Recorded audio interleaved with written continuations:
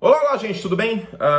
Bom, pro Cam Newton não tá tudo bem, né? Situação complicada pro quarterback. Foi a primeira escolha geral do draft de 2011 e foi cortado pelo Carolina Panthers. Por que do corte? Primeiro que os Panthers já têm um novo quarterback, num contrato muito amigável. O Ted Bridgewater vai ganhar aí 63 milhões em 3 anos, com 30 mais ou menos garantido, um excelente contrato para os Panthers. Claro, se o contrato der certo, se o Bridgewater jogar no nível que Carolina espera. Mas, na minha concepção, Carolina não briga por muita coisa nessa próxima temporada, dadas até as saídas que o time teve nos dois lados da bola, tanto aí o lado ofensivo como o lado defensivo. Mas não vou falar sobre os Panthers em específico, vou falar sobre o Cam Newton. O Cam Newton é um jogador que eu tenho uma relação diferente como analista, né? É uma coisa meio agridoce, vamos dizer assim, né? Agridoce em inglês fica muito mais legal, né? Bittersweet. Em português não é uma palavra muito boa, agridoce. Mas enfim, é bittersweet, né? É agridoce, porque o Cam, ele foi um dos jogadores que eu mais gostei de ver jogar no college football, em 2010, com o Auburn. E aquela foi a primeira temporada que eu comecei a assistir mais jogos da SEC. Até então eu assistia muito Michigan, em Lynx, Piratas, etc, enfim. E em 2010 eu assisti mais os outros jogos, né? Porque começou a ficar mais fácil assistir jogos de college pela internet. Geralmente eu só me dava o trabalho de caçar jogo de Michigan. E o Cam destruiu naquela temporada. Era uma coisa assim absurda como ele corria com facilidade, parecia um adulto jogando contra crianças, né? Acho que essa é a melhor definição. Venceu o Heisman, venceu o prêmio de melhor quarterback, vários prêmios de melhor quarterback, né, no college, não um só, e venceu o título nacional por Auburn também naquela temporada de 2010 e foi a primeira escolha geral do draft de 2011, foi o primeiro ano do Ron Rivera como head coach dos Panthers e o Cam Newton chegou. A segunda escolha geral do draft foi o Von Miller.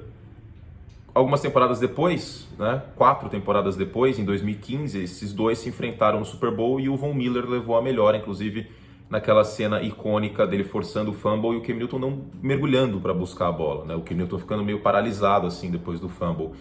E dali para frente foi meio que ladeira abaixo na carreira do Cam Newton, né? De maneira menos acentuada no início, mas de 2 anos para cá, sobretudo por lesões, foi ladeira para baixo. Teve episódio também com a Jordan Rodrigues, uma repórter de Charlotte, que mencionou uma pergunta sobre rotas, etc. O Cam Newton deu risada e falou: nossa, que engraçado ver uma mulher falando sobre rotas. Tipo, né, aquilo... Eu fiquei bem pistola na época, porque foi bem desnecessário, né? Não tem a menor necessidade dele falar isso para repórter. Então o Cam Newton tem seus altos e baixos, vamos dizer assim, né?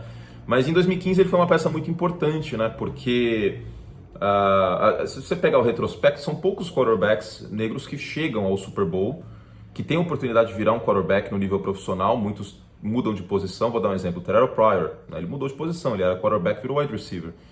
E muitos outros, né? Se a gente pega nos últimos 25 anos, são pouquíssimos os exemplos, né? O Warren Moon, por exemplo. O Warren Moon não teve oportunidade como quarterback no nível profissional nos Estados Unidos, teve que ir para a CFL, ele ganhou um monte de títulos seguidos do futebol canadense, a Grey Cup, e aí sim ele teve uma oportunidade na NFL. Randall Cunningham, Michael Vick são pioneiros importantes, sem eles não teria o Lamar Jackson hoje. E o Cam Newton, de certa forma, faz parte dessa caminhada. Então, como eu disse, é agridoce, esse é o lado bom. E teve o lado ruim também, as declarações dele, enfim. Sobre o futuro do Cam Newton, né? Fiz um contexto um pouquinho mais longo, mas o futuro do Cam Newton, tema do vídeo, se você quiser, pule direto para essa parte. Eu não sei, porque tem um ponto muito importante em relação a Cam Newton.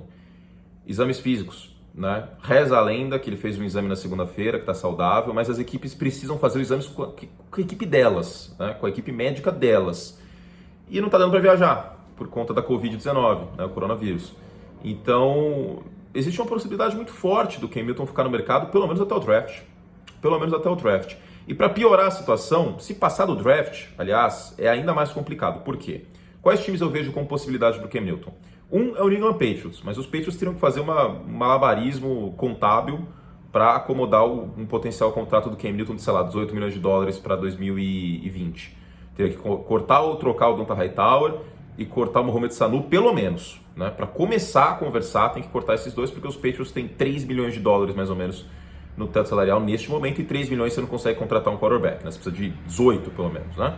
E aí, cortando ou trocando o Donta Hightower e cortando o Sanu, aí tá tudo certo. O corte do Mohamed Sanu, inclusive, é pedra cantada, né? Deve acontecer isso aí a qualquer momento, antes de junho, né? Para haver a economia.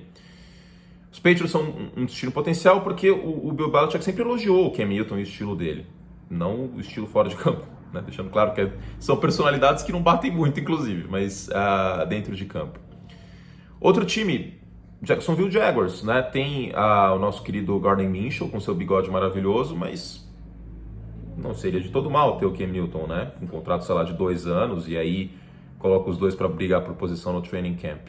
Mas fora isso, são raras as equipes que podem contar com o Cam Newton. Talvez o Los Angeles Chargers e o Miami Dolphins, mas essas duas equipes devem ir de quarterback no draft, né? Os Dolphins com o Tagovailoa e os Chargers com o Justin Herbert, né? Os dois times estão no top 10 do draft, tem capacidade de pegar, tem opção para pegar esses dois.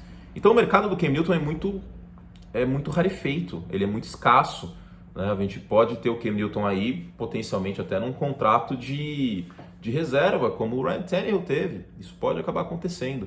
Muito maluco isso, né? Pensar que o cara foi MVP em 2015, liderou a NFL em touchdowns naquela temporada, chegou ao Super Bowl, teve a oportunidade de vencer o título. Inclusive, pouco se fala naquele jogo, talvez o torcedor dos Panthers vai concordar comigo, mas pouco se fala naquele jogo a quantidade de drops que o Cam Newton sofreu, né? Os recebedores droparam muitos passes. Então, é muito maluco, né? O cara venceu o Heisman, o cara teve um ano de calor formidável, um ano de MVP, e não é o mesmo quarterback. Mas o Cam Newton é superestimado. Vale lembrar que antes da lesão dele no ombro, em 2018, naquele Thursday Night contra os Steelers, os Panthers estavam em campanha de 6-2. Os Panthers provavelmente teriam ido para os playoffs se o Cam Newton tivesse ficado saudável aquele ano. Mas, como eu sempre digo, também não dá para passar 100% pano, porque disponibilidade é uma habilidade, e esse é o ônus, essas lesões todas são o ônus do Cam Newton jogar de maneira tão física, e ele não vai conseguir ser efetivo se não jogar de maneira física, isso é intrínseco ao jogo dele, tá bom? Então coloque aí destinos possíveis para o Cam Newton nos comentários, e diga para onde você acha que ele vai. Eu sinceramente não tenho palpite.